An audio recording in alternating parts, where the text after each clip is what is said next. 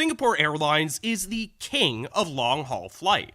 Not only do they fly the world's longest mission, but they've done so for quite some time. It first commenced non-stop service to New York back in 2004, and when it did so, it beat the previous record by a whopping 1,400 miles. Of course, the world has changed dramatically in the 20 years since, and demand for long-haul travel has grown rapidly. In fact, 9 out of the 10 longest flights today debuted within the last decade alone. And yet, Singapore's New York service remains untouched atop the list. Now, their reign hasn't been an accident. Flying ultra-long missions is incredibly challenging. So what's made the carrier so successful? What's allowed Singapore Airlines to not only claim, but also to hold the record for the world's longest flight? Let me explain.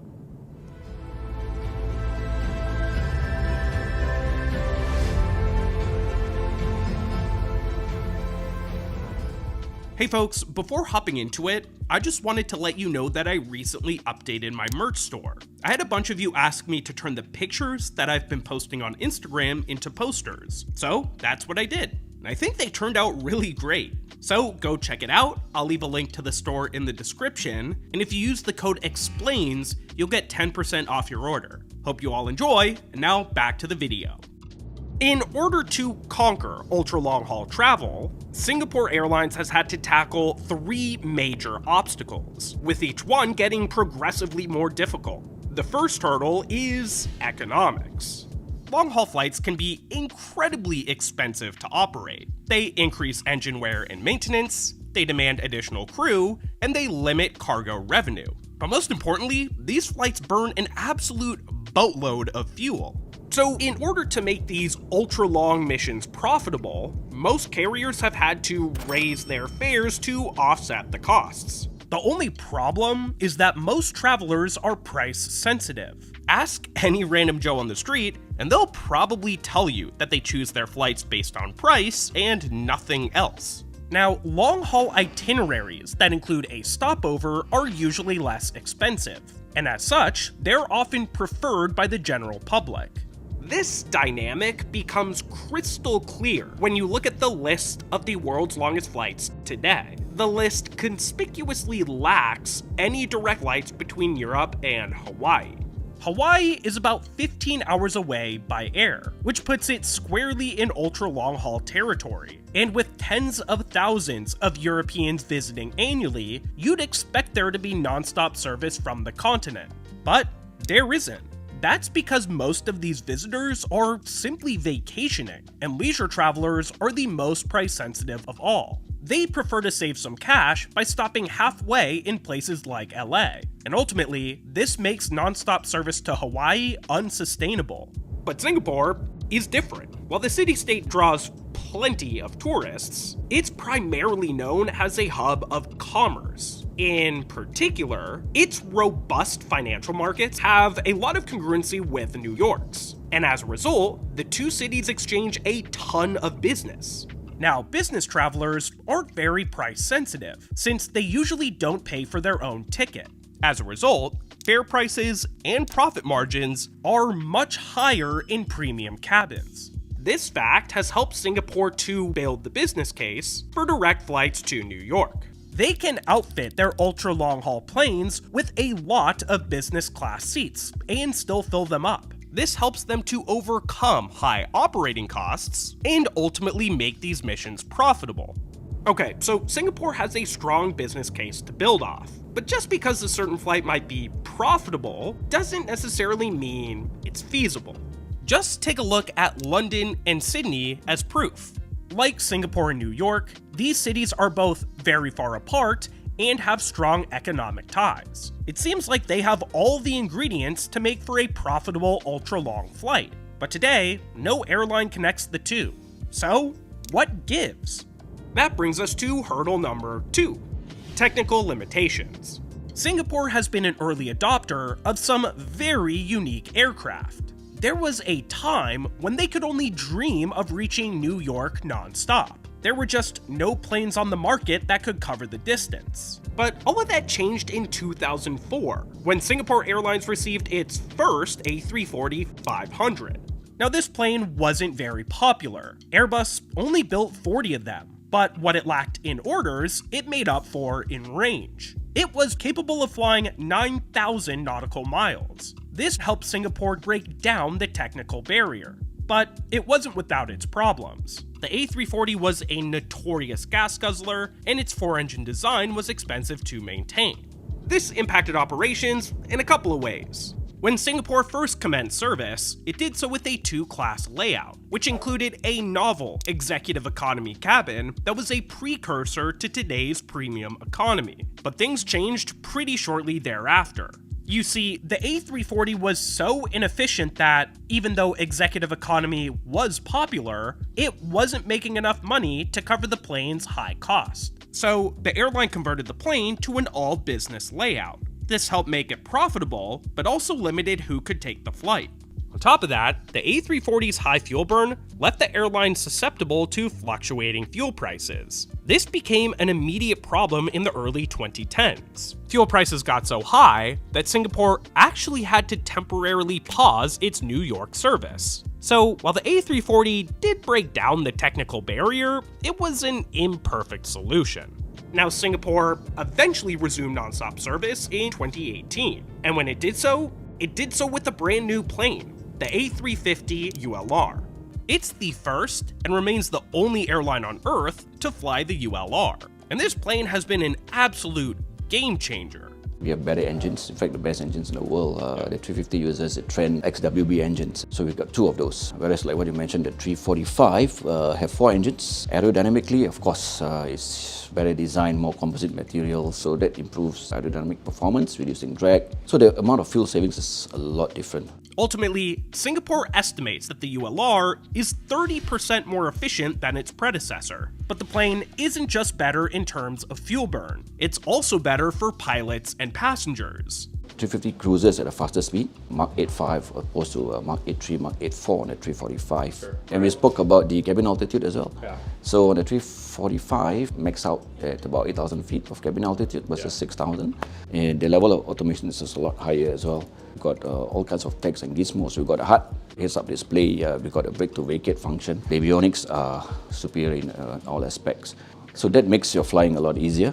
At the end of the day, the ULR has allowed Singapore to restart its New York service, and its performance has been so good that they've actually upped daily frequency. Now they fly to New York twice daily, once to JFK and once to nearby Newark. But that's just where the ULR's impact begins. Critically, the plane has helped Singapore to democratize these ultra-long missions.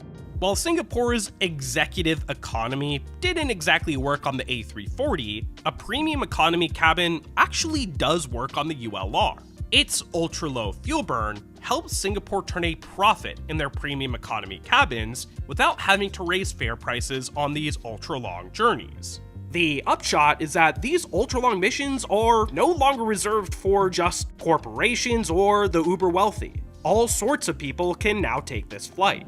Okay, so now that Singapore was able to clear both the economic and technical hurdles, just one big obstacle remained. And it's arguably the biggest: human psychology and physiology.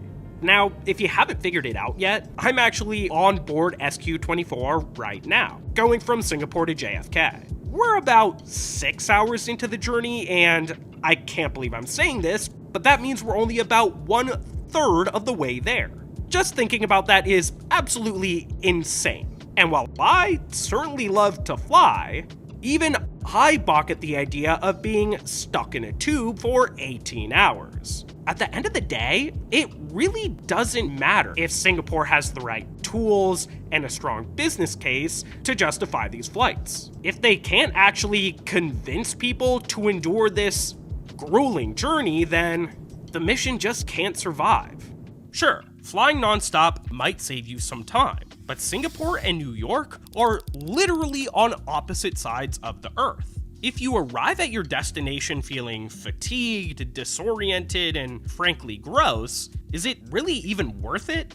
There's real appeal to breaking up such a long journey with a stopover. But something really interesting has happened. Since these flights started in 2004, Singapore Airlines has found that once someone takes this flight once, they are likely to become a repeat customer. That's because Singapore has worked extremely hard to make these flights enjoyable.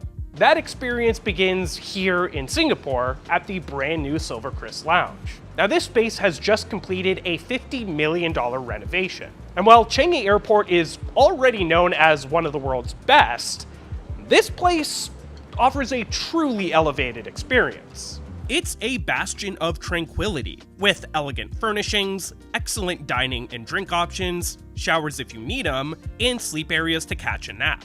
Once you're actually on board, you'll find a bespoke experience that's designed to battle jet lag. That starts with the soft product. Singapore trains its crews to be the best in the business. We have this slogan or tagline that we say, a passenger's smile makes it all worthwhile.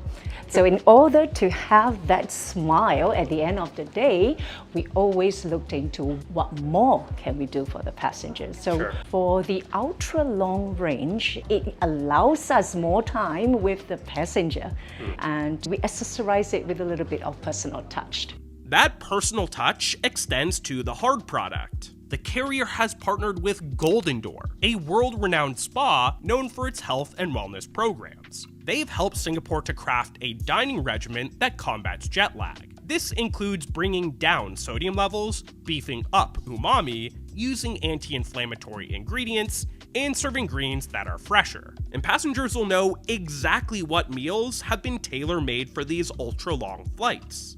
There will be an icon on the menu itself that gives you an idea of the different kinds of the ingredients, which specially thought of just for our passengers on this ultra long haul range flight. So that gives an idea that this dish in particular is actually curated for well-being and healthy living.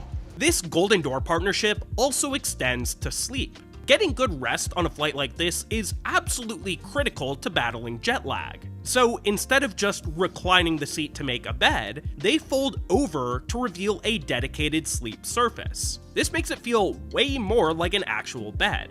And with free high-speed Wi-Fi and over 1,800 entertainment options, the IFE is sure to keep you occupied on even the longest of flights. Now, what does all of this hard work actually add up to? Well, in talking directly to their customers, Singapore has found that most of them don't actually view this flight as a chore. Rather, they view their time on board as sacred. Again, these people are usually traveling for business. They can lead very hectic lives, and frankly, it can be hard for them to disconnect. But this flight offers refuge, a chance to de-stress, catch a movie, and sleep. And for those who aren't flying for business, well, this flight is a time machine, helping them discover found time that they can spend with family and friends. At the end of the day, I want to leave you with this. I think a lot of us take for granted just how interconnected our world is today. Just because long-haul flights are becoming more common doesn't mean they're easy to operate. When you take a peek behind the curtain, it becomes clear just how difficult they are. But Singapore Airlines has created a winning recipe, conquering major economic, technical, and human hurdles. And it's this very recipe that's allowed them to keep the title of world's longest flight. So what do you guys think? Would you fly on the world's longest flight? Let me know your thoughts in the comments section below. And while you're down there, why not tell me about the longest flight that you've been on? I'm looking forward to hearing your stories. Thank you so much to my patrons for helping to make this video possible. If you like what I do and want to help the channel grow, go ahead and check out this link right here. And as always, if you learned something new today, leave a like and subscribe to keep learning. And until I see you again, don't forget to look up.